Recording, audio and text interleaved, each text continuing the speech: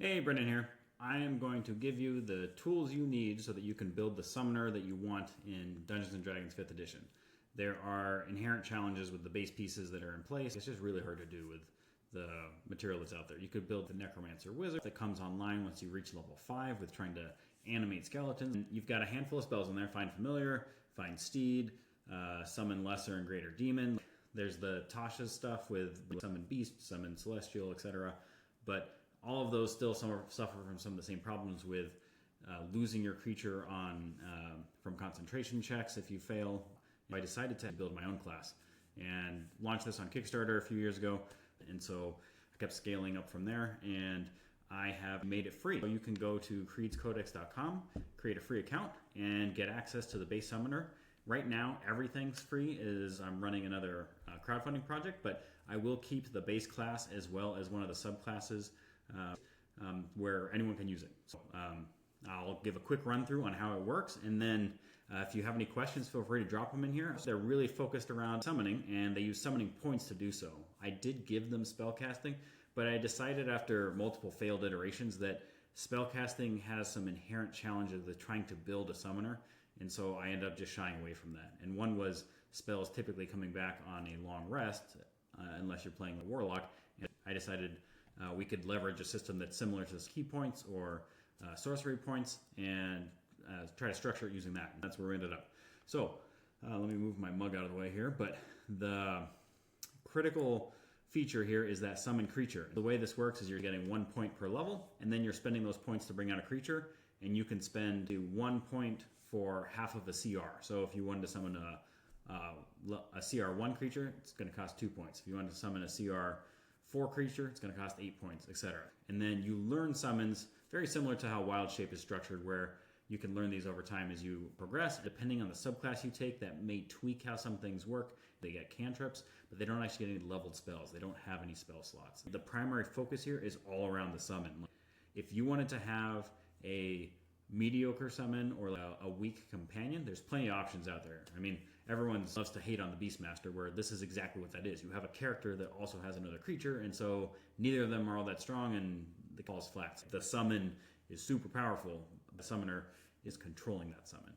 They're using their action to decide what the summon's going to do. This was the way that I figured out how to unlock that secret of trying to keep action economy and balance and the power curve in check to make sure like this is not only a fun class to play, but it is balanced and your DM will let it at your table. Because what's the point of building this if no one will let you actually play it, right? So that's how it's set up. And then we've got a handful of subclasses in here. There's one that's being added as I speak. We have some artwork that just came in for that.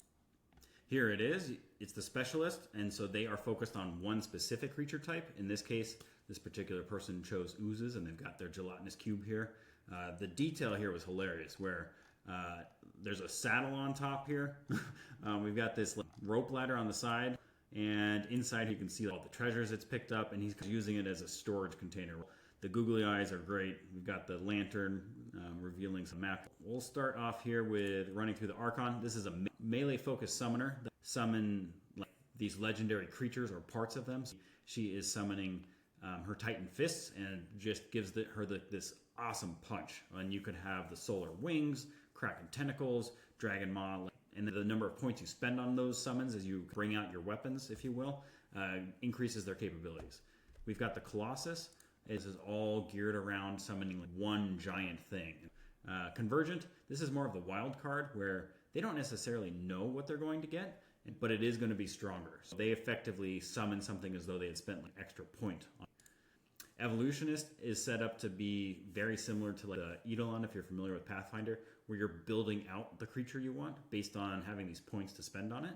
And Hive Mind is set up to, as you guessed, control multiple creatures. So starting at level 6, they can start bringing out 3 creatures at a time. At level 14, they get up to 4, and then at level 18, they get up to 5. Horrifier, they actually merge with their creature in a way where they're kind of taking on all their traits, and this is much more CC oriented. We have the Shadow. This is all structured around being more of a tank and having some stealth capabilities as well, and benefiting from the darkness. And then there's some force augments, which you can think of these kind of like eldritch invocations. They are things to kind of specialize your character in as you level up. The convergent table is set up where you have the ability as a summoner to tap into this extra power, and when you do so, you then have to roll on this table to see how well you were able to harness this, or if there's challenges from this energy leaking out. And the mental formulation table was my method of circumventing the issue that druids trying to use wild shape, specifically like moon druids, where they have now hit a level to turn into a creature that they haven't seen, and depending on how strict the DM is with those rules, it could suck, where they literally are able to be stronger than they can be, and they have no options to get around that without specifically trying to go source that stuff. So I set this up, and I actually put in a variant detail here where druids using wild shape could assume these shapes, so you didn't have the issue of, oh, I should be able to turn into a CR3 creature, but we haven't seen any CR3 creatures. I did make these as beasts, that way it would work for wild shape, but it could work for anything. Polymorph, etc. as well would benefit from that. And it scales all the way from 1/4 up through 11. So the last piece here that I was going to call out is combined summons. This was an idea that was thrown out by one of the backers on what if you had multiple summoners in the same party? Could they combine their powers and become Captain Planet? I mean, bring out a better summon. So yes, there are rules put together for this. So you can all put your points together and then bring out really strong summons. As I built out this feat path, this is a series of 5 connected feats where there's a prerequisite starting at the second feat to take that first one. You can summon one of these companions that becomes your summon, and it gets stronger and stronger the more feats you take in this path. And so it's a half ASI, meaning you get 1 ability score increase, and then you get whatever the benefit is from that feat. And so these kind of layer on top of each other and keep getting stronger and stronger. And if you took variant human or you went with custom lineage, you could potentially have this starting from level 1 and really build out that flavor. And again, this is a feat, so you could put it on top of any class. It isn't restricted. So you want to have that bard that has a companion. You want that ranger. I mean, you want to build a beastmaster that has another beast. Awesome, have at it. And then there's 4 types of companions here, where the aberration, celestial, elemental, and undead. And this could obviously be flavored to be whatever. If you want to make it a beast, awesome. You want to make it an ooze, excellent. You want have it be a dragon, fantastic. But the last piece is I did add some spells to help drive this capability home on how do you build that summoner, even if you were going to say run with a wizard, warlock, etc. So uncontrollable undead, this will cost 25 gold pieces of mercury when you use the spell, which it consumes, and then you also don't have control over the creature. So you're summoning something, and ideally you're putting this in a place where it's going to become the target of whatever creatures you're fighting and die before it gets to your party.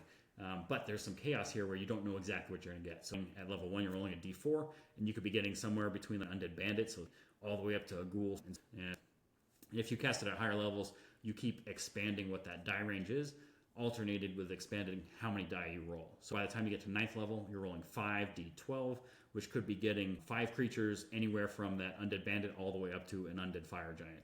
Level 2, we have chest burst, brings out a ghoul that comes out of a target, so climbs out of them. Really fun thematic spell there. We've got monstrous transformation, which is kind of you be summoning limbs and body parts from like a otherworldly creature.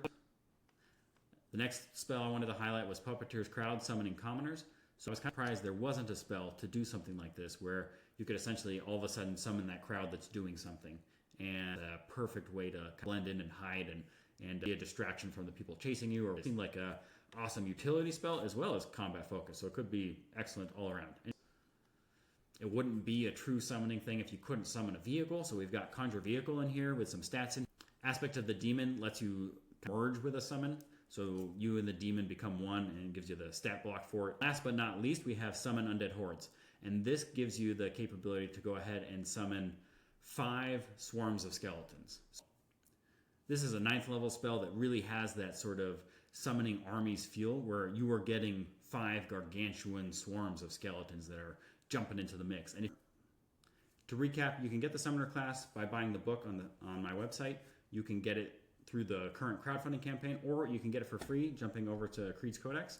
So if we go to classes here, jump down to Summoner, and then we've got the full thing. Summoner table, all of the details here on playing this, and then if you wanted, we have all of the subclasses in here. You can grab it here. I've got both PDF and PDF plus hardcover available, so either one is available. And if you want, I'll also leave a link for it in Project Cerberus, which is the current crowdfunding campaign. We just started, so we've got tons of room, and we just hit our first stretch goal here at 25,000. So sweet, we are unlocking a new species.